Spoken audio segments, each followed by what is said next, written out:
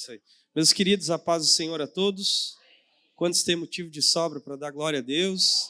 Gostaria que você tomasse o seu assento, pegasse a sua Bíblia, abrisse ela no Evangelho de Lucas, no capítulo de número 8, no verso de número 16. Enquanto nós vamos encontrando esse texto, eu quero louvar a Deus pelo privilégio de poder estar com os irmãos aqui essa noite. Quero também agradecer a Deus pela vida do pastor Wagner Medina. Deus abençoe. Obrigado pela confiança da gente poder estar ocupando essa tribuna. E eu venho trazer um recado de Deus ao seu coração. Eu tenho certeza que Deus tem coisas boas, e que esse mês Deus há de chacoalhar, o nosso coração e coisas boas vão de acontecer. Amém, queridos? Lucas capítulo 8, verso de número 16. Quem encontrou o texto, diga amém. Diz assim a palavra: e ninguém que acendendo uma candeia a cobre com algum vaso. Eu quero que você repita bem alto a expressão vaso. Glória a Deus. Ou a põe debaixo da cama, mas a ponha no velador, para que os que entram vejam a luz. Só até aí, queridos, se você quiser manter sua Bíblia aberta, eu gostaria que você dedicasse o máximo da sua atenção, porque eu quero usar com muita clareza esse tempo que nos é disponível. Queridos, esse texto, essa parábola, ela é conhecida como a parábola da candeia. Então, para que a gente de fato entenda o que Deus quer falar a partir dessa reflexão, a primeira coisa que nós precisamos ter como clareza é o que é uma candeia. E uma candeia é a expressão mais próxima daquilo que, eu diria assim, do que é o nosso entendimento hoje. Uma candeia é uma lamparina, ou alguns outros irmãos podem conhecer como candeeiro, ou lá na minha região onde eu nasci, a gente chamava de lampião. Mas eu penso que todo mundo, com o termo lamparina, a gente já sabe o que é.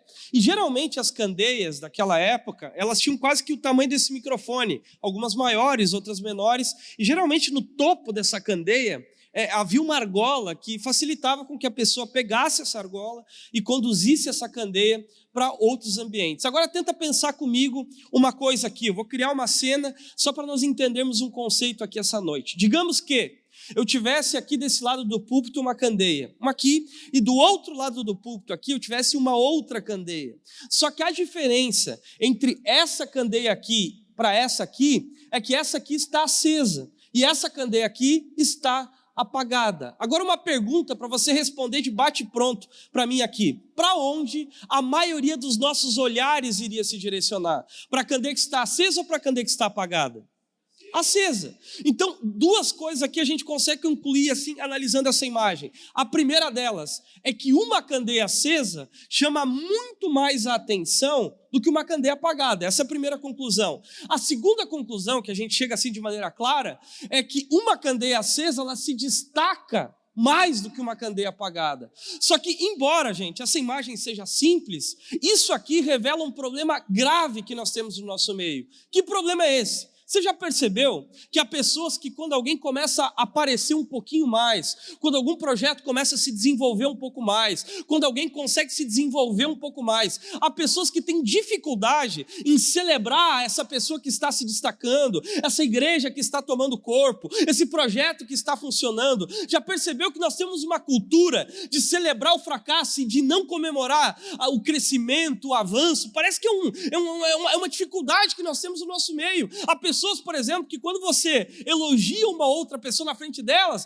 elas fazem questão de arrumar algum argumento, de arrumar alguma coisa, e eu chamo isso da cultura do fracasso. Infelizmente, há muitas pessoas que foram picadas por essa consciência, foram completamente picadas por isso, e o argumento delas é que, não, a pessoa está querendo se aparecer, não, só que, irmão, entenda uma coisa, e isso que eu quero que fique muito claro no seu coração aqui: Jesus nunca teve problema com pessoas que crescem, com pessoas que se desenvolvem, com pessoas que eu diria assim, que tomam alguma posição de destaque. Ele nunca teve problema com isso. A única coisa que ele sempre denunciou é a motivação do coração. Só que entenda uma coisa, se você entender isso, pelo menos um glória a Deus você pode dar. Irmão, a candeia que está acesa só parece mais do que a candeia que está apagada. Sabe por quê? Porque ela está cumprindo o papel que Deus chamou para ela cumprir. Então, se você puder, levante a sua mão e receba o que eu tenho para dizer. Quando você estiver disposto a cumprir o que Deus tem na sua vida, é questão de tempo para Ele mostrar para todo mundo a obra que Ele tem na sua vida. Quem pode adorar a Deus? Entendeu isso, gente? Então Jesus não tem problema com isso. Nunca teve, entendeu? A única coisa que ele sempre denunciou é a motivação do coração. E quer ver uma coisa que é bem interessante, às vezes a gente esquece? Jesus disse isso, que brilhe a vossa luz diante dos homens, para que eles vejam as boas obras e glorifiquem ao Pai que está no céu. Essa é a grande realidade. Só que há pessoas que têm problema, há pessoas que têm dificuldade com isso, que quando uma candeia começa a aparecer mais do que a outra, eles desenvolvem algum problema com isso, entendeu? Só que, irmãos, muitos de nós aqui, nós mesmos, deixamos de viver muita coisa, justamente pela existência desse tipo de gente. Quer ver uma coisa? Quanta coisa você deixou de criar, você deixou de empreender, você deixou de fazer, você deixou de comprar, você deixou de se disponibilizar por causa da opinião dos outros. Já percebeu? Quanta coisa a gente deixou de viver por causa da opinião de outras pessoas, por causa do posicionamento de outras pessoas. Só que, irmão, analisando exatamente isso, Jesus constrói essa parábola. E sabe como é que ele começa essa parábola? Ele começa dizendo assim, e ninguém, repita bem alto, ninguém. Olha o que ele diz, e ninguém que acende uma candeia a cobre com um vaso. Irmão, pensa uma coisa, o que acontece se eu pego um vaso e cubro uma candeia? Cobrir uma candeia, duas coisas acontecem. A primeira delas, não entra ar na candeia. A segunda delas, não entrando ar na candeia, a candeia se apaga. E se ela está apagada, ela está cumprindo o papel dela? Não. Então o propósito é que ela esteja acesa. Então olha o que Jesus está dizendo, não é para ninguém apagar a candeia. Então é como se ele estivesse denunciando uma realidade. Que realidade é essa? Que existem por aí os apagadores de candeia. Gente que não pode ver nada funcionando, gente que não pode ver ninguém crescendo, gente que não pode ver ninguém se desenvolvendo, gente que não pode ver ninguém sendo enviado. Só que, irmão, graças a Deus que eles não estão aqui hoje, porque nós estamos aqui para acender as candeias para a glória do nome dele. Então essa é a verdade. Então ele está denunciando essa realidade. Só que, irmão, o termo que ele usa é muito desafiador, porque ele vai usar a expressão vaso. E a expressão vaso, eu acho que aqui todo mundo entende, é uma expressão de crente, gente. Se eu chegar numa pessoa que não conhece a Deus, não conhece, eu chegar para ela assim, e aí vaso? Ela vai ficar assim, não vai entender. Então a expressão vaso é uma expressão nossa. Então ele está denunciando uma realidade nossa. É como se ele estivesse dizendo, infelizmente no nosso meio existem os vasos que apagam candeia. Só que, irmão, tenta imaginar um negócio de maneira lúdica aqui, por gentileza. Digamos que aqui tivesse um vaso, e no meio desse vaso tivesse um monte de folhagem, um monte de pedra, de terra. E então, se ele está assim, a gente consegue concluir que esse vaso está cheio. Entenderam essa imagem? Digo amém. Eu consigo pegar um vaso cheio e cobrir uma candeia? Não. Por quê? Porque ele está cheio. Agora vamos tentar imaginar uma outra coisa, uma outra via. Digamos que eu pegasse, arrancasse folhagem, arrancasse tudo que tivesse dentro do vaso. Como é que ele ia ficar? Vazio. Eu consigo pegar um vaso vazio e cobrir uma candeia?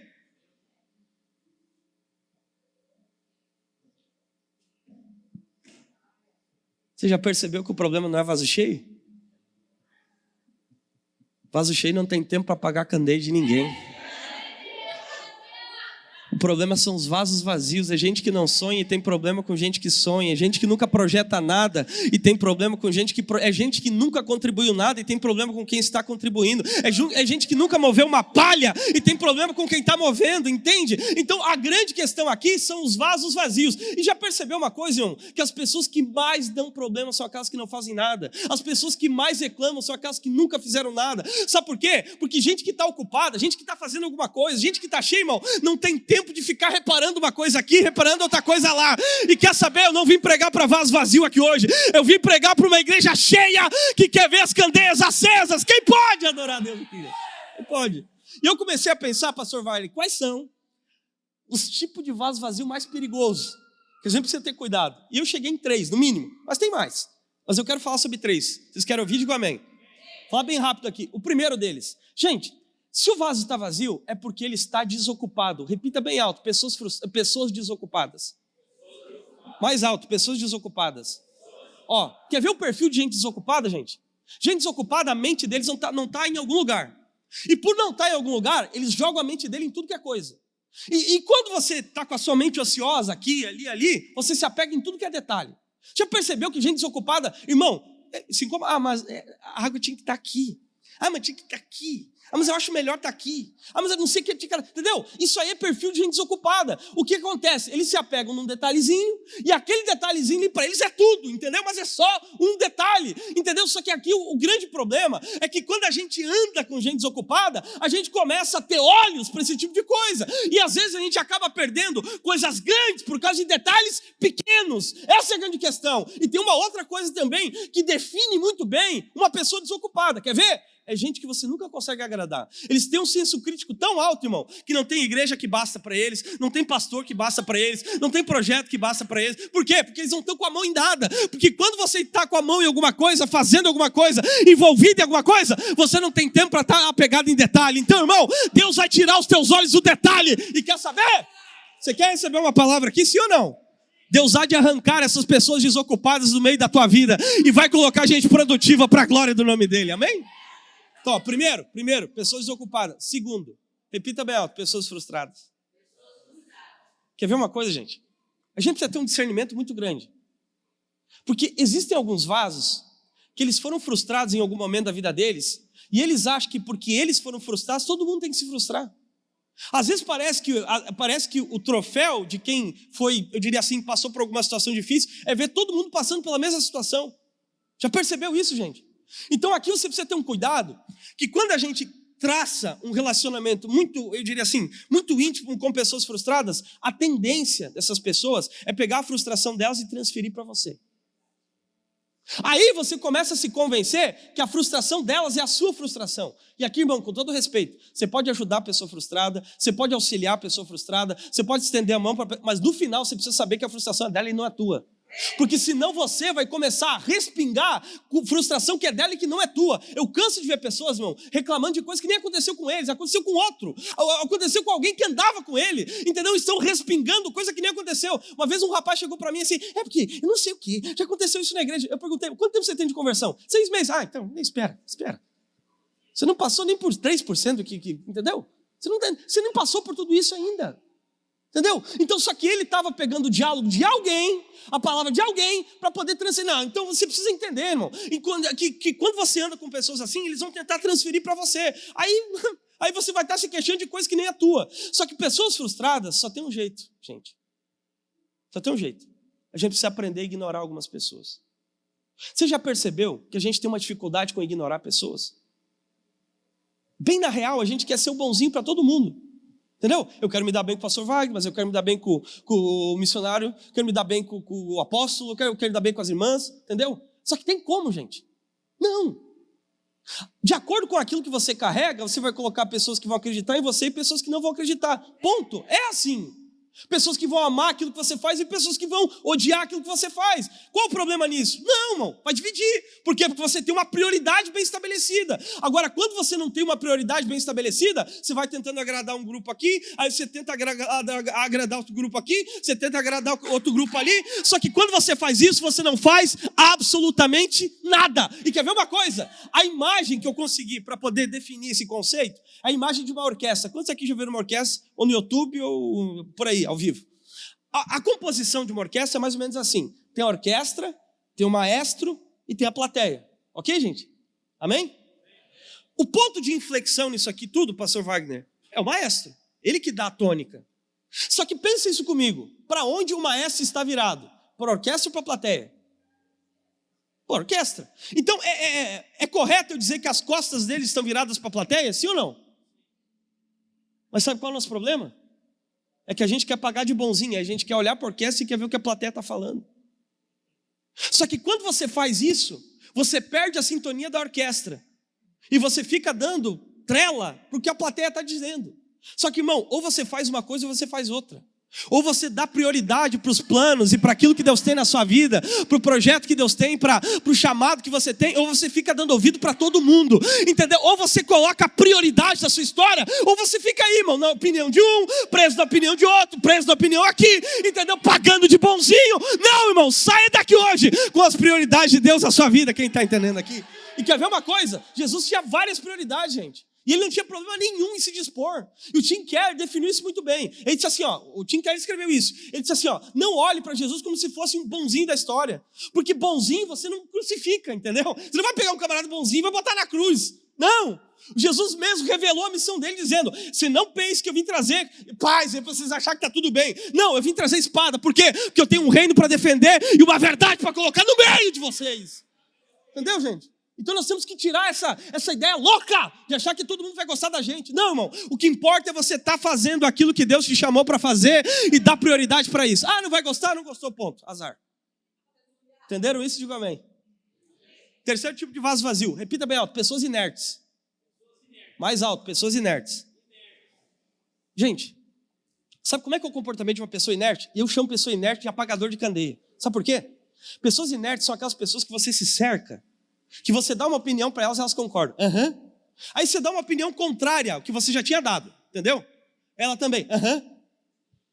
Você percebeu que ela concordou com as duas coisas? Aí você conta uma piada, você ri. Aí você contou uma piada que não tem graça, ela riu também. Entendeu? É gente, olha bem para mim aqui, é até engraçado. É gente, irmão, que tudo que você faz, eles acham bacana. Entendeu? Só que essas pessoas são extremamente boas de convívio. Por quê? Você nunca vai se indispor com elas, elas nunca vão desafiar você, não vão chatear você, não vão frustrar você. Só que, infelizmente, elas têm o poder destrutivo de apagar a sua candeia. Sabe por quê? Porque elas vão criar uma ilusão de que tudo que você faz é bom. E quer saber? Sei que isso aqui vai incomodar você, mas nem tudo que você faz é bom. Gente, nem toda opinião que a gente tem vale. Então nós precisamos ter pessoas que tenham coragem de dizer, não é por aí, não é assim, e não vai funcionar, e ponto final. Só que o problema, gente, é que a gente se acostumou a conviver com pessoas que vão nos abonando, vão criando uma sensação que, pecou, não tem problema nenhum, errou, não tem problema nenhum. Não, essas pessoas fazem muito mal, entendeu? E o problema, eu vou ter que falar esse negócio. Que tem um monte de líder, gente, que eles pagam de bonzinho. Aí eles mantêm as ovelhas do mesmo jeito, sem produzir, sem dar fruto, sem nada. Por quê? Porque tem medo de se dispor. Só que esses camaradas estão apagando a candeia da igreja brasileira. Nós precisamos ser desafiados. Entendeu? Vocês estão entendendo, gente? Diga amém, por gentileza. Então essa é a grande questão. Nós precisamos se cercar de gente, que olhe pra gente e diga, não é por aí, irmão. Quer ver uma coisa? Minha esposa é psicóloga. E ela teve uma pastora que acompanhou ela desde a conversão dela. Ela se converteu com 14 anos. Aí chegou no ensino médio, a pastora um dia pediu para ela, como é que é as tuas notas aí do ensino médio? E ela ficou meio assim e tal. Aí um dia levou o boletim lá.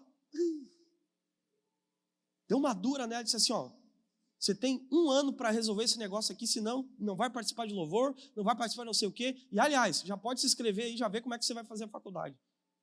Eu minha esposa toda com medo, assim, como é que eu vou fazer? Não interessa. Desafiou ela. O que ela é hoje? Psicóloga. Então nós precisamos ter pessoas, irmão, que projetem a gente. Entendeu? Não pagar com esses bonzinhos aí que vão mantendo a gente no mesmo lugar, que ficam apagando a nossa candeia. Então, irmão, Deus há de levantar pessoas que vão desafiar você. Levante a sua mão. Deixa eu liberar uma palavra. Deus vai colocar pessoas com ideias disruptivas, que vão tirar você de uma posição, vão colocar você na outra. É isso que Deus vai fazer. Entenderam isso? Digo amém. Vou para a última imagem dessa parábola. A primeira é essa. Ninguém que acende uma candeia cobre com vaso. Entenderam até aí? Digo amém. A segunda parte da parábola é um pouco mais diferente. Porque essa primeira tem a ver com os outros. Só que a segunda tem a ver com a gente. Jesus vai dizer isso. E você não pega uma candeia e a coloca debaixo da cama. Você pega uma candeia e a coloca no velador. Sabe o que é velador, gente? As casas daquela época eram muito escuras. Então o que eles faziam? Eles pegavam o ponto mais alto da casa, faziam uma estrutura ali para poder fixar a candeia. Então olha o que Jesus está dizendo. Vocês são uma candeia, só que vocês não é para ficarem debaixo da cama. Vocês precisam se colocarem no velador. Isso aqui é uma questão de posicionamento. Não tem a ver com fulano, não tem a ver com ciclano, não tem a ver com quem não gosta, não tem a ver com quem não te... Não, é uma questão tua. Não tem a ver com a tua... mas ninguém investiu em mim, não interessa. Ou você escolhe, ou você fica debaixo da cama, ou você ocupa a posição do velador. Isso é uma questão pessoal, não depende de agentes terceiros. Não adianta querer se vitimizar, porque ninguém nunca acredita em mim, ninguém olha para mim. Não. É uma questão de posicionamento. Ou você fica escondido, ou você se coloca à disposição no lugar certo. Essa é a grande questão. Então olha que Jesus Jesus está dizendo, não é para ninguém ficar debaixo da cama. O lugar de vocês é no velador. Só que, irmão, tenta pensar isso comigo. Aonde a candeia aparece mais? No velador ou debaixo da cama? No V lá? Então, se ela aparece mais no velador, não é no velador que ela está mais exposta à ofensa dos outros? Sim ou não? À humilhação dos outros? Sim ou não? Ao questionamento dos outros? Sim ou não? E debaixo da cama ela passa por isso? Não. Debaixo da cama, gente, é o lugar mais seguro que ela pode ficar. Sabe por quê? Ninguém nunca vai falar mal dela, ninguém nunca vai tocar na família dela, ninguém nunca vai printar a conversa, ninguém nunca vai fazer isso. É um lugar seguro. Só que a última pergunta, para você responder bem alto: aonde a candeia vai estar cumprindo o seu papel? No velador ou debaixo da cama? Então segura isso aqui. Deus não projetou você para segurança. Deus projetou para você estar exposto, nem que seja para tomar pancada, mas no lugar certo, cumprindo o papel que Deus te chamou para fazer. Mas não vão gostar, não interessa, não pedir opinião deles. Mas eu não vou ficar falando, deixa que falem, mas pelo menos você vai estar no lugar que você foi projetado para estar, que não é debaixo da cama. Se coloque de pé aqui essa noite. Gente, e quando essa candeia, ela vai para o velador, que ela está exposta a todo que é tipo de comentário, ali, gente, ela se transforma em uma inspiração. Repita bem alto, inspiração. Mais alto, inspiração. Sabe o que é ser uma inspiração, gente?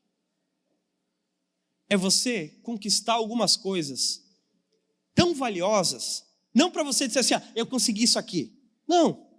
É você ocupar lugares tão altos que você diga assim, eu cheguei, mas eu só cheguei aqui para mostrar para outras pessoas que eles têm capacidade de chegar também. Ser uma inspiração é você viver algumas experiências poderosas, maravilhosas, não para você estar aqui, eu vivi, não. É de você viver isso e dizer, é possível você viver também. Isso é ser uma inspiração, gente. E sabe uma coisa que nós carecemos? De pessoas que inspiram. Pessoas que mudem a mentalidade. Pessoas que promovam um novo método de pensamento. Gente que pense um pouco mais. Gente que, entendeu? Gente que diga, eu cheguei, você consegue chegar também. Você tem capacidade de chegar também. Isso é ser uma inspiração, gente. E talvez enquanto eu estou aqui hoje, você é a inspiração da sua casa. Talvez em toda a sua família você foi o único que conseguiu se formar, você foi o único que conseguiu abrir uma empresa, você foi o único que virou pastor, entendeu? Mas isso aí não é para você dizer, eu fui bom. Não, isso aí é só para provar para os outros que eles têm capacidade de chegar também. Agora olhe para mim aqui. Última lição, eu já oro por você. Esse lugar da candeia é o lugar que Deus projetou para que a gente estivesse. Só que esse lugar, ele exige um preço muito caro, que nós precisamos estar dispostos a pagá-lo. Só que eu já vi, gente, muitas pessoas saindo dessa posição, indo para debaixo da cama. E muitas delas ouviram uma expressão que, infelizmente, essa expressão tem destruído com chamados, com projetos, com ideias, com capacidades. Quantos aqui já ouviram alguém dizendo assim, está fazendo só para se aparecer? Quantos aqui já ouviram isso? Vou levantar as duas mãos aqui. Agora eu pergunto para você, tem como fazer um negócio para não aparecer? João Batista nunca quis visibilidade. Onde é que ele foi pregar? No deserto. O que aconteceu no deserto? Encheu.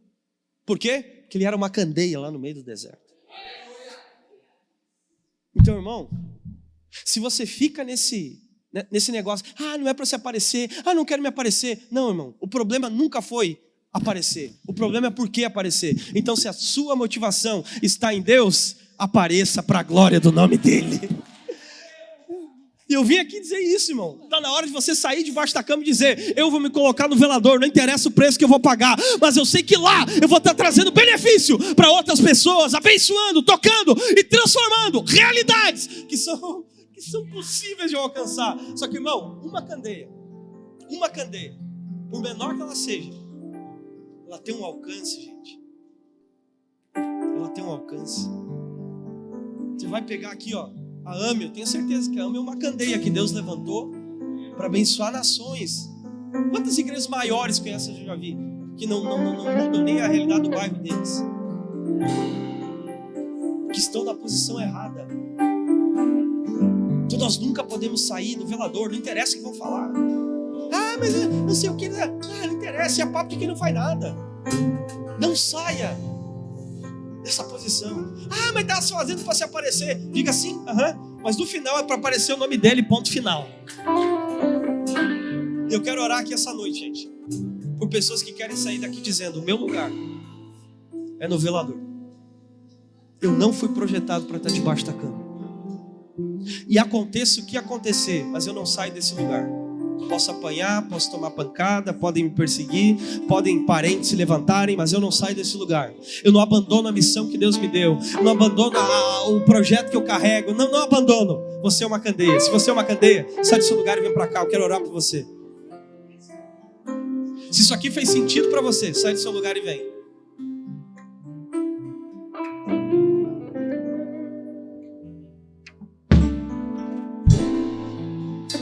Quanta coisa.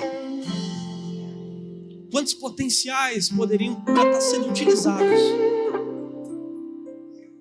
se nós saíssemos debaixo da cama. Quer ver uma coisa, gente? Às vezes a impressão que eu tenho que o nosso meio evangélico, a gente fica debaixo da cama, escondido, tem medo de dar uma opinião, tem medo de se posicionar, tem medo de se infiltrar naquilo que Deus tem, de fazer a diferença. Que história é essa, gente? Isso aqui foi projetado pra gente. Por que a gente vai se isentar? A gente não está vendendo melancia, a gente está falando do evangelho. Por que a gente vai ter medo dos camaradas poposos assim, inteligentinho, se a palavra que nós carregamos tem o poder para neutralizar demônio? Entendeu? Nós não vamos se apossar da autoridade que Deus nos deu, gente. Nós não fomos projetados para estar debaixo da cama. Coloque a mão no seu coração aí. Enquanto o grupo estiver cantando, eu quero que você declare para você mesmo e diga: meu lugar não é debaixo da cama.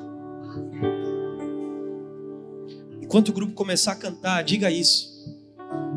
E Deus está me dizendo isso, pastor Wagner. Que há pessoas aqui que esconderam seu talento por medo. Que há pessoas aqui que esconderam seu serviço por medo. Mas essa noite é a noite de você sair debaixo da cama. Expor o teu talento, expor as tuas habilidades, expor a tua visão. Ah, mas eu não conheço, não interessa. É uma pequena luz que pode fazer diferença para muitas pessoas. Há pessoas aqui que foram neutralizadas por palavras de outras pessoas. Essa noite você sair desse lugar. Ah, mas eu vou sofrer, vai. Ah, mas eu vou pagar o preço, vai. Mas pelo menos eu vou estar no lugar certo. Isso, pode começar a cantar. Mas vai declarando aí pro seu coração. Diga: meu lugar não é debaixo da cama. Meu lugar não é debaixo da cama.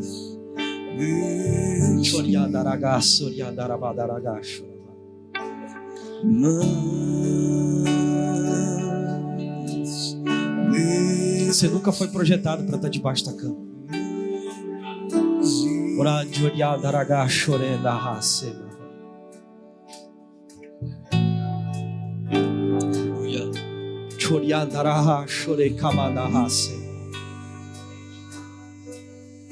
Deus está tirando pessoas debaixo da cama e está colocando no velador.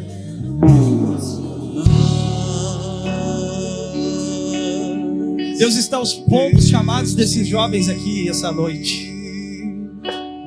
Deus está dizendo: eu dei talentos para você, eu dei capacidades. Quem é você para esconder isso? Não enterre essas habilidades. Se disponibilize aqui hoje. Deus está falando com algumas pessoas aqui. Você já podia ter aberto essa empresa. Você já podia ter inscrito esse CNPJ. Você já podia ter rompido há muito tempo. Mas enquanto você fica preso à opinião de gente que não sonha, à opinião de gente que não projeta, você vai ficar resguardado no mesmo lugar. Mas eu estou pegando você pela argola essa noite e colocando você no velador, no velador. Que eu te inclua, que ele apareça, eu me consagra com a sua glória, todo seu amor, penetra o meu